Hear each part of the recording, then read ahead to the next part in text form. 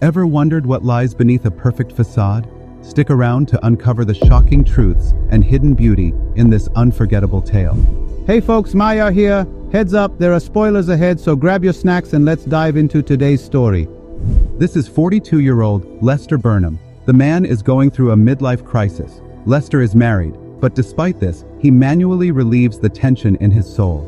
Lester and his wife, Carolyn, have a daughter named Jane. Lester's life has been very dull and drab lately. He writes articles for a magazine, but the time comes when the company where he works begins to downsize. For this, Lester is called in by Brad, a labor organization consultant, to discuss his accomplishments at the company. Lester is angry because the editor-in-chief of the magazine is rumored to have taken advantage of call girls, or one of them memorized his credit card information, after which she lived and paid for her vacation for months at Lester's company's expense. And now the staff wants to downsize to make up for those losses. At home over dinner, Lester talks about his troubles at work, but Jane is not interested. Lester has not exchanged a few words with his own daughter in the last month. When Jane leaves, Lester tells Carolyn that she is not the best mother in the world either, since she treats their daughter as her subordinate. As Lester tries to talk to Jane, they are taken off the street by Ricky, a new neighbor who has recently moved in. The next evening, Carolyn and Lester go to the high school basketball game, where Jane is a cheerleader. During the team's performance, Lester can't take his eyes off Jane's friend Angela, staring at the girl. Lester has an unkind wish fantasy. After the match, Lester and Carolyn wait for Jane, who isn't too happy to see her parents, even though they praise the girls very much for their performance. Upon learning that the friends are going to a pizza place, Lester offers to give them a ride, but it turns out that Angela has a car. Jane thinks her father is pathetic, but Angela thinks Lester seems like a nice man who hasn't been intimate with Carolyn for a very long time. At night, lying in bed, Lester feels very happy after meeting Angela. It is as if the man has been reborn. Sitting in the car, Jane apologizes for her father, but Angela has long been accustomed to the attention of men. Angela thinks that if men stare at her, it means she has a huge chance to become a model. Walking toward the house, Jane is photographed again by Ricky. Noticing the boy, Jane calls him and asks him to turn off the lights. Jane looks out the window at the porch of the neighboring house where Ricky has been sitting, pulling back the curtains. A smile appears on Jane's face, for until that moment, boys had not shown any attention to her. The next morning, while Jane is taking a shower, Lester, having spied Angela's number, calls the girl from his daughter's phone. But hearing Jane has stopped watching, he hangs up and leaves his daughter's room. Angela calls Jane back, asking if she has called, as the caller ID shows her number. Noticing the notebook open on the table with Angela's phone number, Jane realizes what has happened. At this point, Jane is taken out again by Ricky, whom his mother calls for breakfast. Ricky's father, hearing the call, meets his non-traditional neighbors on the doorstep, eager to meet them. Fitz, a man of military background and also an ardent homophobe, is particularly interested. Angela tells her classmates that she gave herself to a famous photographer, for which the girls think she's special. After noticing Ricky being brought to school by his father, Jane tells Angela about the guy who filmed her last night. According to Angela, she knows Ricky, and he is apparently a slightly deranged man whose parents are rumored to have put him in an insane asylum. Listening to Jane, who begins to defend Ricky, Angela starts to suspect that her friend has a crush on her new neighbor. Their conversation is interrupted by Ricky confessing that he didn't mean to scare Jane last night, but was filming her because he was interested in her. Watching Ricky leave, Angela thinks he's crazy because the guy didn't even look at her at night. Carolyn drags Lester to a business party where he meets Ricky, the neighbor with whom he smoked pot in the parking lot. Ricky gets reprimanded and announces that he is quitting his job. Lester, looking at the guy, admits that Ricky is his idol from now on. The guy quit his job and isn't the least bit upset about it. Ricky admits that the job is a distraction and his source of income is the pot trade. Upon returning from the party, the parents discover that Jane is home with her friend Angela, who wants to stay the night. Eavesdropping on the girls' conversation, Lester learns that Angela thinks he is very cute, and if he got a little more pumped up, she would be happy to use Lester for her lustful purposes. Hearing some sound, the girls approach the window through which they see Jane's flaming name while filming the girls on camera.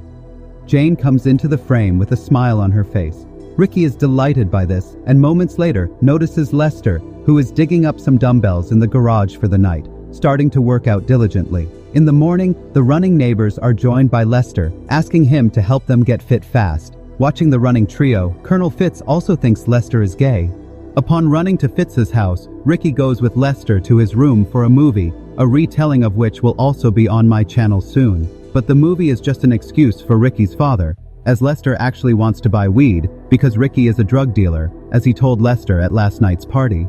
Lester makes it clear that he's going to quit the company he's worked for 14 years. As compensation, Lester demands a year's salary and a bonus, or he will tell the IRS about the editor-in-chief and the women on call who are paid from the company's accounts.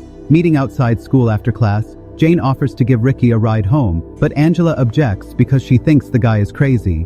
Ricky says he will walk home, which Jane decides to do as well. While Lester is happy to be fired from his job and get a big payday, his spouse, Carolyn, cheats on him with Buddy, the owner of a real estate company. Ricky brings Jane to his house, introducing her to his mother, who, as it turns out, is even more insane than Ricky. Watching a video of Ricky's flying packet, Jane kisses him. Back home, Jane begins to undress in front of the window, knowing that Ricky is filming her.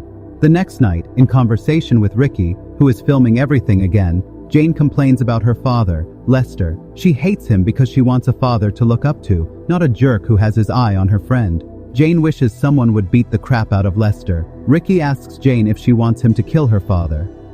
Jane agrees, but then says it's all a joke. Lester, taking a job as a cook at a fast food joint, recognizes his wife Carolyn's voice as she orders at the drive-through window. He catches her kissing Buddy in the evening during dinner. Ricky gets a pager message from Lester wanting to buy more weed. Ricky leaves, tricking his parents. As he walks to the window, the Colonel notices Lester half-dressed on the couch and Ricky in front of him. Seeing this, Colonel Fitz believes his son is pleasuring Lester, who disperses after Jane and Angela drive up to the house. The girl, noticing a pumped-up Lester, touches his arm.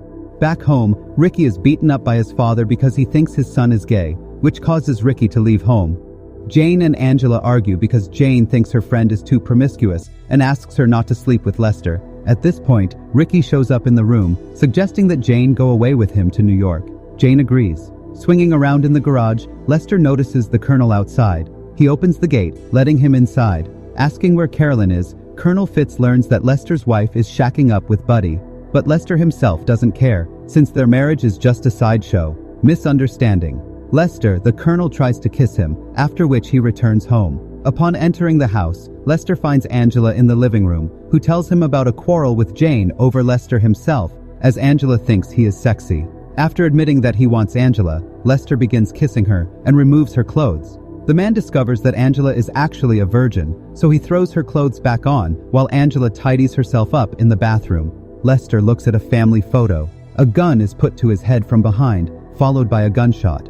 Ricky and Jane come down from Jane's room and find Lester's body on the floor. At the moment of the gunshot, the film shows everyone and where they were at the time of the shooting. Ricky and Jane were in Jane's room. Angela was in the bathroom at the time. Carolyn was on her way to the house with a gun in her hands to kill Lester, but she didn't make it. And who the killer is, find out in the comments. So that's it.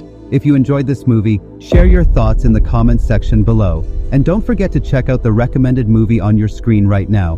Watch it and join Mahi's movie recaps.